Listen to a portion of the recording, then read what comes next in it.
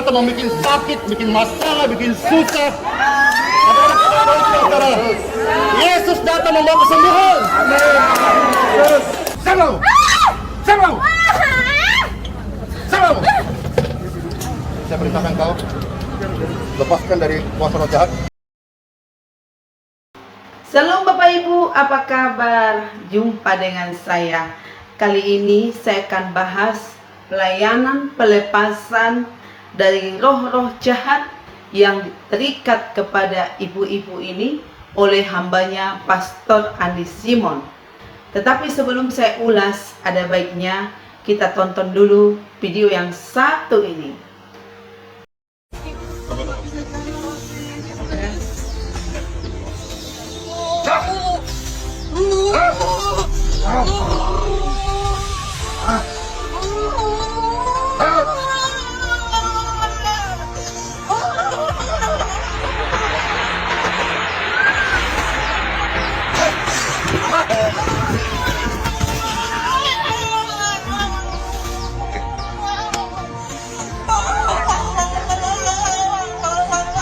Sebetulnya kalau begini, kalau di ruang khusus saya suka untuk dialog banyak ya, di ruang umum. Nah, saya selesaikan. In Jesus' name. Amin. Bagus. Oke. Dah, pas Bu. Buatan.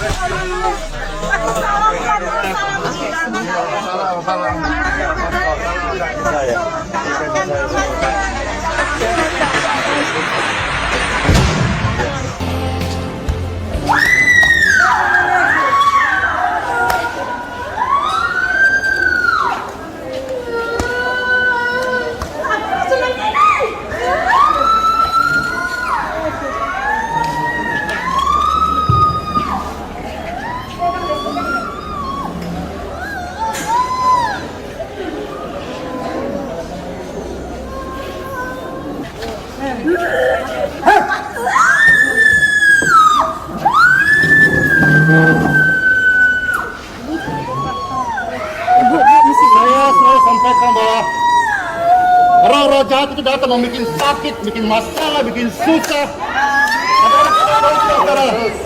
Yesus datang membawa kesembuhan. Saya perintahkan Yesus. Bangunlah. Siapa namanya? Bangun. Bangun. Kamu sudah sembuh. Selalu. Selalu. Selalu. Saya perintahkan kau lepaskan dari kuasa roh jahat. Ini jangan Dan dikumpulin hari ya, ini kita kesimpulan pada keluargamu. Siapa namamu? Mana anakmu? Anak saya juga di Sini anaknya. saya tidak tidur di rumah.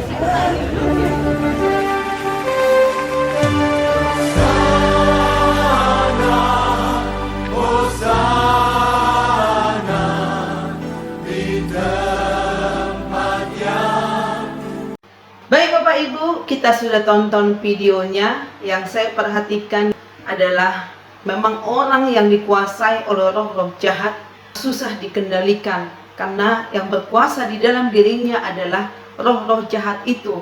Makanya kadang-kadang dia berbuat sesuatu di luar dari kendalinya. Bukan dirinya yang melakukan, tetapi roh jahat yang menguasai dirinya. Dan yang saya perhatikan di dalam video ini, bahwa roh jahat itu tidak tahan, tidak kuat dengan hamba Tuhan.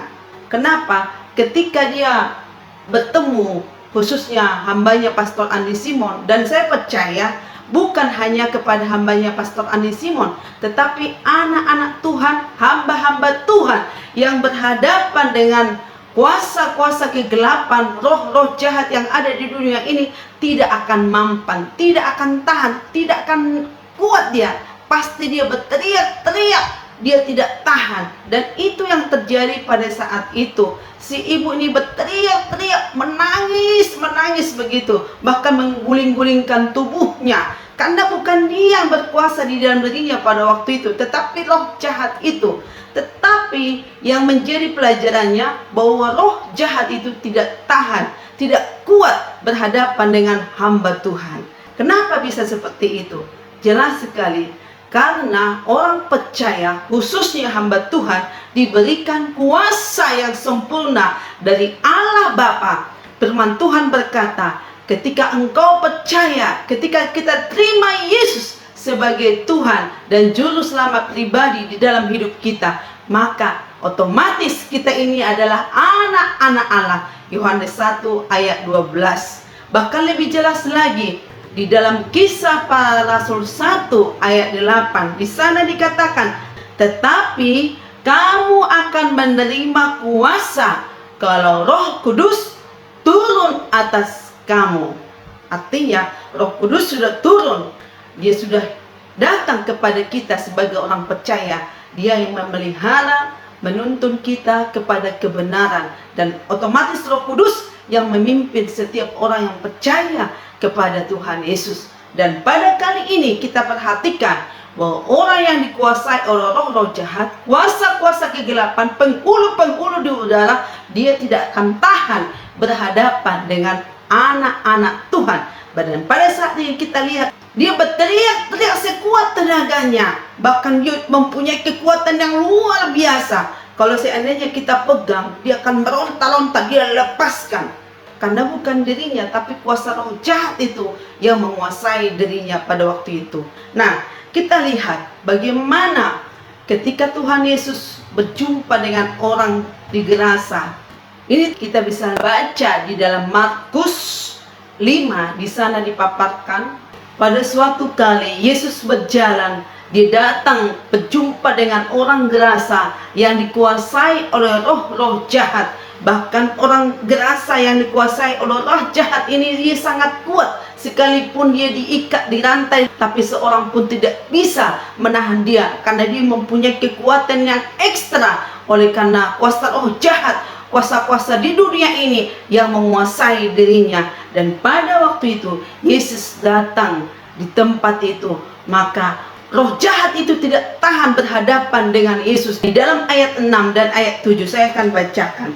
Ketika dia melihat Yesus dari jauh, berlarilah dia mendapatkannya dan menyembahnya. Dan dengan jelas dia berteriak, apa urusanmu dengan aku, hai Yesus, anak Allah yang maha tinggi? Demi Allah, jangan siksa aku. Karena jelas roh jahat tidak tahan berhadapan dengan Yesus. Nah, di tengah-tengah pelayanan pelepasan oleh hambanya Pastor Andi Simon, kita melihat bahwa ibu-ibu berteriak-teriak, bahkan berguling-guling, karena dia tidak tahan berhadapan dengan hamba Tuhan yang diurapi. Karena bagaimanapun roh jahat itu, dia tidak berkuasa kepada orang percaya. Kenapa? Karena di dalam diri kita ada kuasa yang besar. Roh yang ada di dalam diri kamu lebih besar daripada roh yang ada di dunia ini. Ingat itu Bapak Ibu. Jadi kita sebagai orang percaya, kalau kita pergi ke kuburan, ke tempat-tempat yang angker seperti itu, kita tidak perlu khawatir, bimbang, cemas, takut. Karena apa? Kita percaya bahwa kita ini adalah anak Allah. Kita diberi kuasa yang sempurna. Jadi yang pertama tadi, bahwa pelayanan pelepasan yang dilakukan oleh hambanya Pastor Andi Simon, bahwa roh-roh jahat, kuasa-kuasa kegelapan tidak akan tahan, tidak akan kuat berhadapan dengan hamba Tuhan, siapapun itu yang diurapi oleh Tuhan.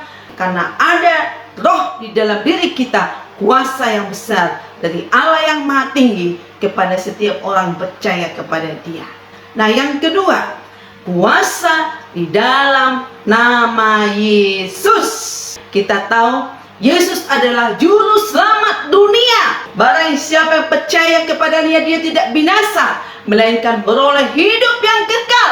Melalui kematian Yesus di kayu salib, segala kutuk, segala kelemahan, segala sakit penyakit kita, bahkan lebih besar daripada itu, keselamatan yang sempurna Tuhan anugerahkan kepada kita sebagai orang percaya. Tidak ada jalan satupun ke surga, berjumpa dengan Bapa, kalau tidak melalui aku, kata Yesus. Akulah jalan, kebenaran, dan hidup. Tidak ada seorang pun sampai kepada Bapa kalau tidak melalui aku. Ini jelas dan tegas. Kalau kita orang tua kepada anak kita, ini dasar yang teguh kita harus sampaikan kepada anak-anak kita, supaya tidak tergoda dengan dunia ini. Apapun godaan di luar sana, kalau ada yang menawarkan hal yang indah-indah, tinggalkan imanmu, kepercayaanmu, ikut aku. Katakan dengan tegas, tidak. Di luar Yesus tidak ada keselamatan. Yesus juru selamat. Tidak ada seorang pun sampai kepada Bapa kalau tidak melalui aku. Itu harus ditegaskan Bapak Ibu.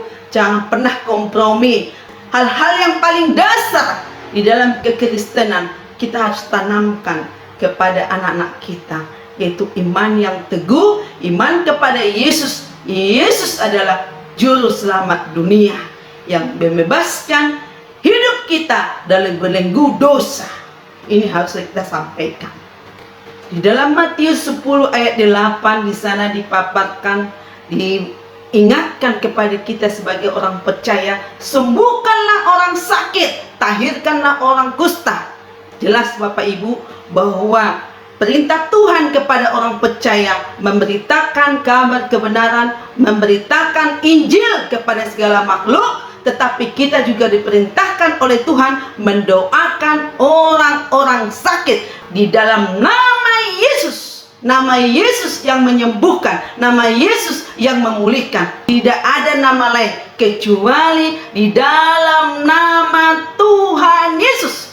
Maka orang itu tahir, orang itu sembuh, orang itu pulih di dalam nama Yesus. Itu harus kita perkatakan. Karena kuasa dalam nama Yesus begitu ajaib. Kuasa di dalam nama Yesus itu yang mengubahkan orang. Kuasa di dalam nama Yesus yang menyembuhkan orang itu. Jadi tidak ada tawar-tawar apapun di dalam nama Yesus. Kesembuhan, pemulihan di dalam nama Yesus. Keselamatan begitu jelas. Amin Bapak Ibu. Nama Yesus begitu berkuasa. Itu terlihat di dalam Lukas 10 ayat 17. Bagaimana ketika murid-muridnya begitu senang, begitu bahagia, mereka berjumpa kepada Yesus. Mereka berkata, Tuhan, kami bahagia, kami senang. Karena apa? Setan-setan takluk kepada kami demi nama Yesus. Nah, jelas sekali.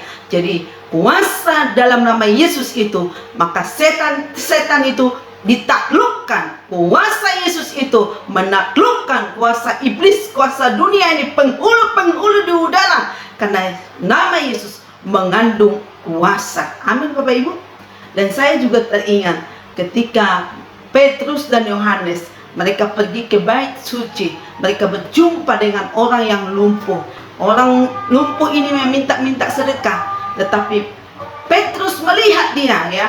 Petrus berkata, emas dan perak aku tidak punya, tetapi demi nama Yesus berjalanlah. Maka orang lumpuh ini pun berjalan. Artinya yang mau saya katakan bahwa nama Yesus begitu berotoritas kepada setiap anak-anak Tuhan. Dan melalui kesaksian, melalui pelayanan, pelepasan kuasa-kuasa kegelapan, roh-roh jahat dari ibu-ibu ini, yang saya dapat diberkati, ada satu, bahwa kuasa dunia ini, kuasa setan tidak akan tahan, tidak akan kuat berhadapan dengan anak-anak Tuhan, hamba-hamba Tuhan. Yang sudah saya paparkan tadi terlihat betul dan sangat jelas. Yang kedua, begitu berkuasa nama di dalam nama Yesus, bahwa nama Yesus adalah keselamatan bagi orang percaya. Di dalam nama Yesus ada pemulihan, ada kesembuhan, ada mujizat. Di dalam nama Yesus segala iblis, kuasa setan ditaklukkan. Di dalam nama Yesus, nama yang berotoritas untuk menyembuhkan setiap orang yang sakit. Saya percaya Bapak Ibu, pemaparan saya mungkin tidak begitu luar biasa, tetapi mungkin sangat-sangat sederhana. Tapi saya percaya ini menjadi pegangan bagi kita. Kita sebagai orang percaya, jangan kita takut dengan kuasa-kuasa di dunia ini, kuasa-kuasa roh jahat, penghulu-penghulu di udara. Karena apa? Tuhan menganugerahkan kepada kita kuasa yang sempurna. Tuhan memberikan kepada setiap orang yang percaya, yang menerima Dia, diberikan kepada kita kuasa. Jadi jangan takut Bapak Ibu, jangan gentar roh jahat yang gemetar dari anak-anak Tuhan, karena kita diselubungi, dikuasai oleh Roh Kudus. Oleh sebab itu Bapak Ibu, tetap bersyukur, tetap berserah kepada Tuhan, tetap percaya, tetap persenjatakan firman Tuhan. Bagaimana caranya mempersenjatakan firman Tuhan? Baca firman Tuhan, renungkan itu dalam kehidupanmu setiap hari, dan percayailah, sekalipun ada masalah, ada pergumulan, ada kesulitan, ada tantangan di depan hidup kita, kita tidak perlu gentar takut, karena kuasa Roh Kudus yang memampukan kita melakukannya. Dengan firman Tuhan yang kita ingat, yang diingatkan oleh Roh Kudus, kita akan kuat, kita menjadi orang pemenang di dalam Kristus Yesus. Terima kasih Bapak Ibu, biarlah pemaparan saya ini menjadi berkat bagi kita semua. Amin.